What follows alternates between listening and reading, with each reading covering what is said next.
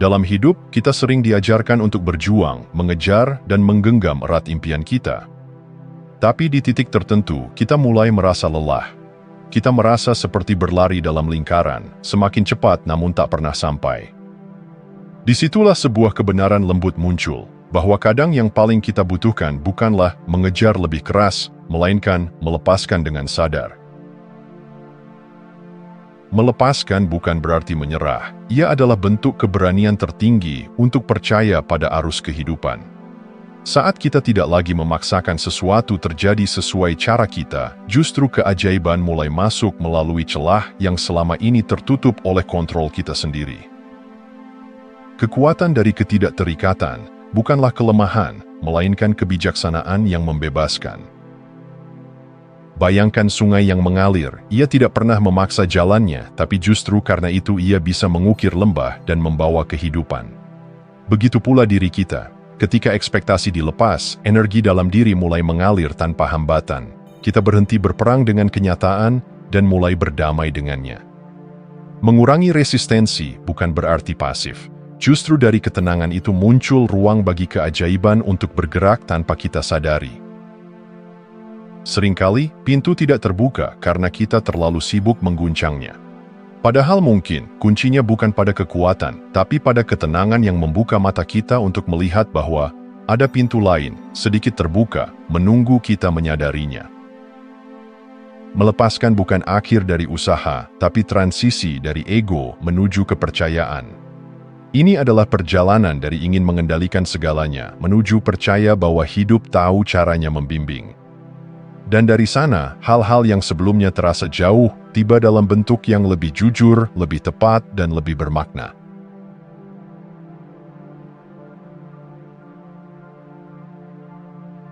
Kita hidup di dunia yang mencintai hasil akhir, dunia yang memberi tepuk tangan ketika sesuatu terlihat berhasil. Namun kebenaran yang lebih dalam sering tersembunyi dalam hal-hal yang tak kasat mata. Ada proses-proses hening yang bekerja di balik layar, membentuk fondasi sebelum bangunan besar kehidupan berdiri tegak.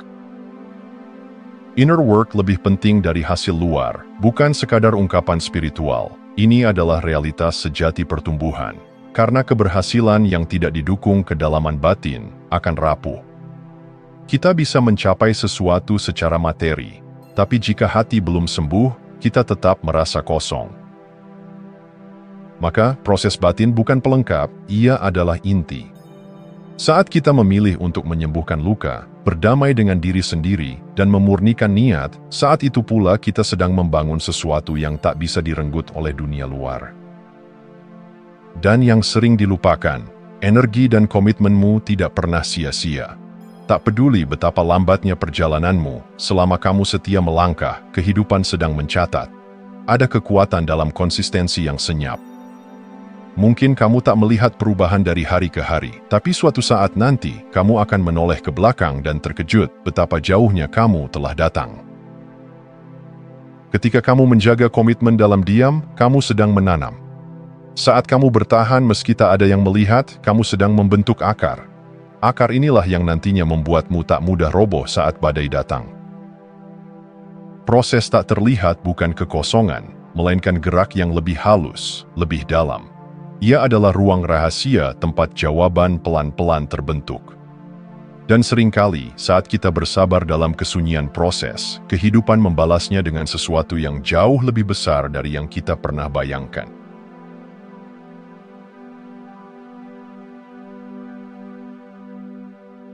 Banyak orang menunggu momen yang tepat, sinyal dari semesta, atau rasa percaya diri yang sempurna.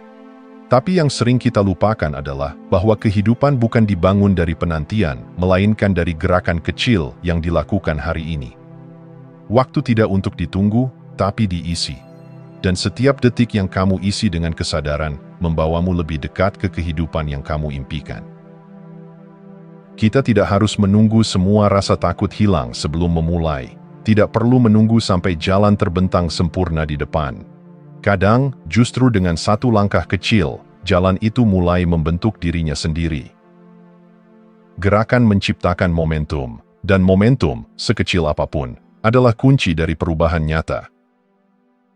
Aksi adalah doa yang bergerak. Doa yang hidup bukan hanya yang diucapkan dalam keheningan, tapi juga yang diwujudkan dalam tindakan sehari-hari. Ketika kamu menulis, mencipta, belajar, menyembuhkan, mencintai, itu semua adalah bentuk doa yang mengambil bentuk nyata, dan semesta merespons gerakmu, bukan sekadar harapanmu. Gerakan, sekecil apapun, adalah pernyataan bahwa kamu tidak menyerah. Ia menunjukkan bahwa kamu masih percaya, bahwa kamu menghormati waktu dan hidupmu sendiri. Bahkan saat kamu tidak tahu pasti kemana akan berakhir, tindakanmu hari ini adalah benih bagi hari esok yang tak terduga. Jangan biarkan hidupmu beku dalam ragu. Dunia tidak menunggu siapapun, tapi ia akan membuka diri bagi mereka yang berani melangkah. Bukan karena mereka tahu segalanya, tapi karena mereka cukup berani untuk memulai.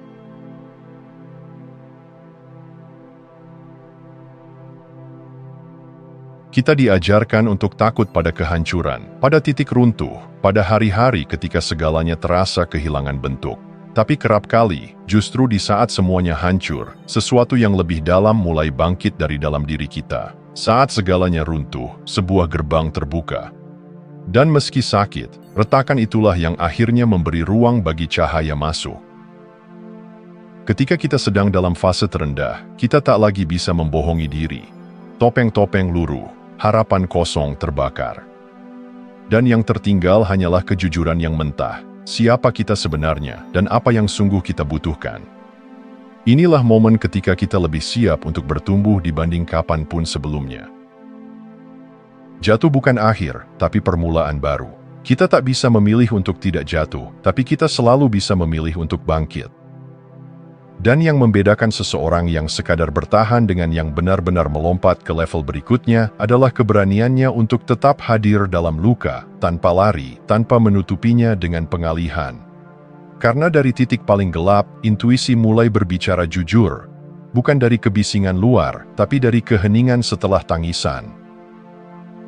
Banyak terobosan tidak terasa seperti kemenangan di awal. Ia terasa seperti kehilangan, seperti kesedihan, seperti jalan buntu.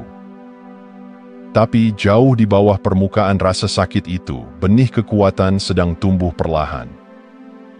Dan saat kita berani tidak menghindar dari retakan itu, kita akan menemukan bahwa di balik runtuhnya struktur lama, ada fondasi baru yang jauh lebih kuat. Kita tidak dilukai untuk hancur, tapi untuk dibentuk ulang, dan proses itu jarang nyaman. Namun setiap kali kita memilih untuk berjalan melewati reruntuhan dengan kepala terangkat, kita membuktikan bahwa kita lebih kuat dari yang kita kira.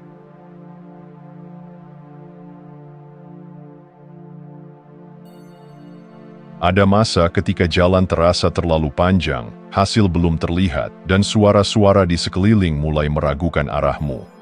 Tapi di tengah semua itu, ada satu suara yang lebih penting dari semuanya. Suara kecil di dalam dirimu yang berkata, teruskan. Itulah suara yang tak boleh kamu abaikan. Intuisi yang meminta kita bertahan seringkali adalah bisikan dari takdir yang belum selesai mengungkapkan dirinya. Ketika dunia luar mulai melemahkan semangatmu, kamu harus kembali ke alasan awalmu memulai. Mimpi yang kamu pegang bukan sekadar keinginan, ia adalah bagian dari dirimu yang paling jujur.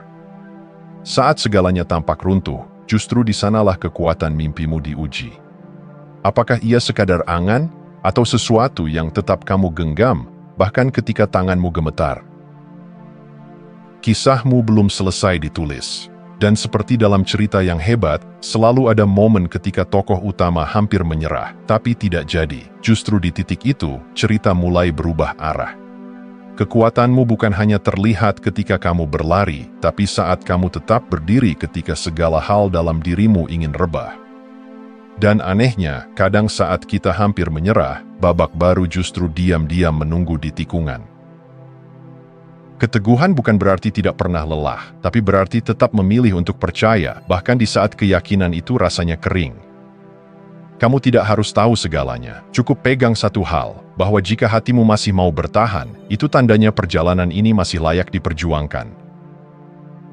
Pegang mimpi itu, bahkan ketika dunia seperti tak mendengarnya. Karena suatu hari nanti, dunia akan terdiam mendengar bagaimana kamu tak menyerah saat semua alasan untuk bertahan nyaris menghilang.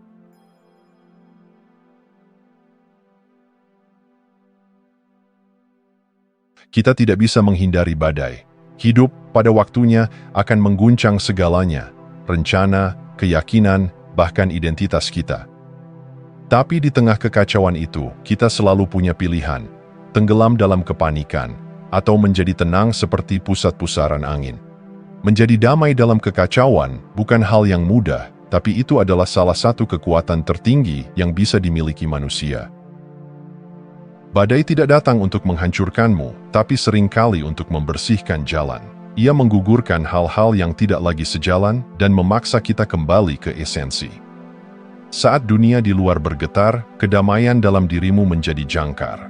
Kamu mulai sadar bahwa arah hidupmu tidak ditentukan oleh kekacauan di luar, tapi oleh responmu terhadapnya.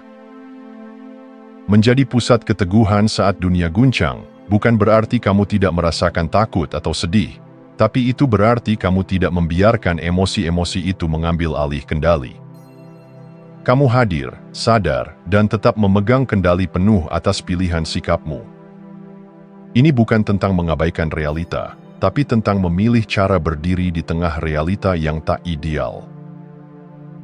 Ketika kamu bisa tetap tenang di tengah badai, kamu mulai mengakses kebijaksanaan yang lebih dalam. Kamu tak lagi reaktif, tapi reflektif. Kamu bisa melihat dengan jernih apa yang harus dilepas, apa yang perlu diperbaiki, dan apa yang layak diperjuangkan. Dalam keheningan batin itulah, suara intuisi terdengar paling jelas. Dan yang paling indah, ketenanganmu menular. Orang-orang di sekitarmu akan mulai merasa aman hanya dengan kehadiranmu.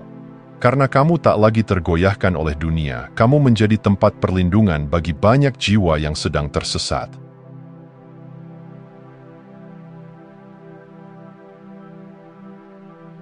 Apa yang kita ucapkan setiap hari bukan sekadar bunyi yang lewat, tapi getaran yang membentuk realitas.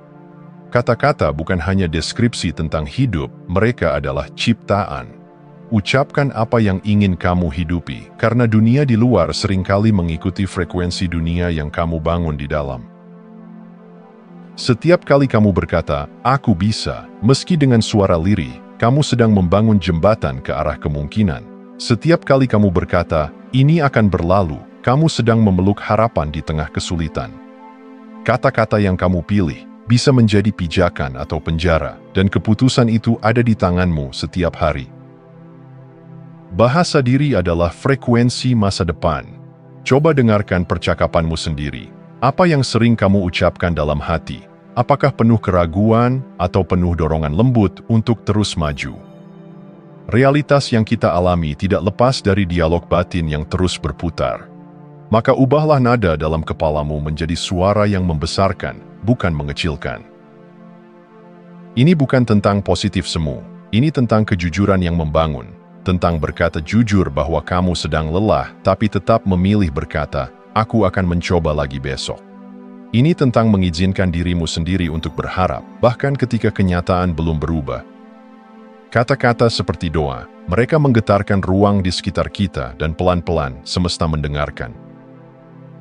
Jika setiap hari kamu menanam kata-kata yang meneguhkan, kamu sedang menciptakan atmosfer hidup yang siap menampung keajaiban. Dan saat kata-kata itu tumbuh menjadi keyakinan, hidupmu mulai selaras dengan kemungkinan-kemungkinan yang lebih besar dari ketakutan. Jangan tunggu realitas berubah untuk mengubah bahasa. Ubah bahasamu, dan realitas akan mengikuti.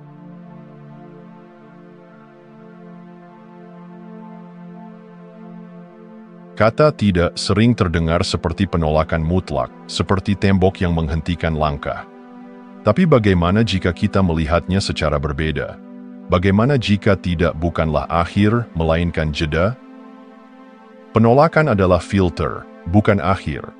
Ia hadir bukan untuk menghentikanmu, tapi untuk menyaring mana yang benar-benar milikmu dan mana yang bukan.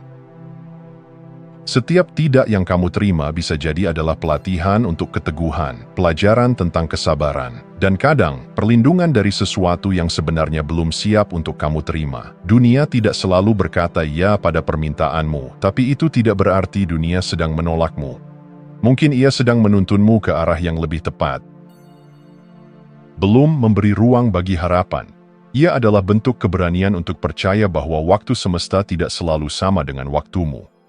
Dan seringkali, yang tampak seperti kegagalan hanyalah keberhasilan yang datang dengan cara yang tak terduga. Ciptakan peluang dari ketertolakan. Jangan tunggu pintu terbuka, buat pintumu sendiri. Kalau tak ada panggung yang menerima suaramu, buat panggung baru. Banyak kisah hebat lahir dari tempat di mana orang-orang memutuskan untuk tidak menjadikan penolakan sebagai alasan berhenti, melainkan sebagai bahan bakar untuk menciptakan sesuatu yang tak pernah ada sebelumnya.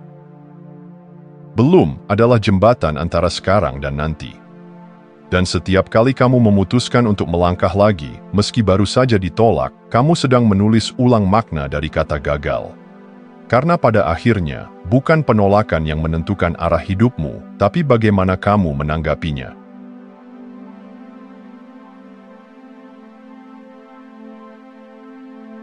Kita mungkin tidak selalu sadar, tapi siapa yang ada di sekitar kita sangat menentukan bagaimana kita berpikir, merasa, dan bergerak. Energi orang sekitar menentukan langkahmu, bukanlah klise spiritual, itu adalah realitas yang terasa di keseharian. Kata-kata yang kamu dengar, getaran dari niat orang lain, bahkan diam mereka, semuanya membentuk medan energi tempat jiwamu bertumbuh atau menyusut. Ada orang yang kehadirannya memperluas dadamu, membuatmu merasa bisa menjadi apapun, dan ada yang diam-diam melemahkan keyakinanmu dengan keraguan, kritik tersembunyi, atau ketidakhadiran emosional. Lingkungan bukan hanya tempat fisik, ia adalah ruang energi, maka penting untuk bertanya. Apakah ruang ini memberiku napas atau mencurinya? Terobosan memerlukan ruang, baik secara fisik maupun emosional. Kadang yang perlu dilepas bukan pekerjaan, bukan tujuan, tapi hubungan yang tidak lagi sejalan dengan siapa kamu sedang menjadi. Tidak selalu karena mereka jahat, tapi karena mereka tidak lagi berjalan di frekuensi yang sama. Melepaskan bukan berarti membenci, tapi memberi ruang bagi kedewasaan untuk tumbuh. Lepaskan yang menghambat, buka ruang bagi yang mendukung. Kita tidak bisa bertumbuh sambil terus menyesuaikan diri dengan energi yang melemahkan. Keberanian untuk memilih lingkungan yang sehat bukanlah egoisme, melainkan penghormatan terhadap misi jiwamu. Temukan orang-orang yang merayakan pertumbuhanmu, bahkan ketika itu membuatmu berubah. Mereka yang tidak takut melihatmu bersinar. Karena dari hubungan yang tulus dan selaras, akan lahir kekuatan yang bisa mengangkatmu jauh lebih tinggi daripada yang bisa kamu lakukan sendirian. Bersihkan ruangmu, pilih energimu. Karena dari tempat itulah langkahmu akan mendapatkan kejelasan dan kekuatan baru.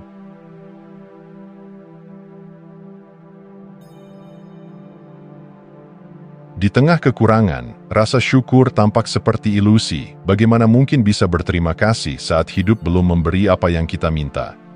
Tapi justru di sanalah kekuatan tersembunyi dari syukur bekerja. Ucapkan terima kasih sebelum ada alasan, bukan bentuk kebohongan, melainkan tindakan spiritual tertinggi, percaya pada kebaikan bahkan sebelum ia tampak.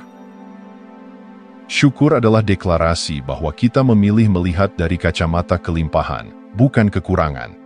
Bukan berarti menutup mata dari rasa sakit, tapi berarti kita tak membiarkan rasa sakit itu menghapus segala hal indah yang tetap hadir di sela-selanya. Syukur mengingatkan bahwa bahkan dalam kekacauan, ada napas, ada hangatnya sinar pagi, ada tangan yang tetap menggenggam kita meski kita merasa sendirian. Syukur mengalahkan keluhan. Bukan karena keluhan tidak valid, tapi karena keluhan berakar dari rasa kurang, sedangkan syukur tumbuh dari kesadaran akan cukup. Dan arah hidupmu akan selalu mengikuti fokusmu.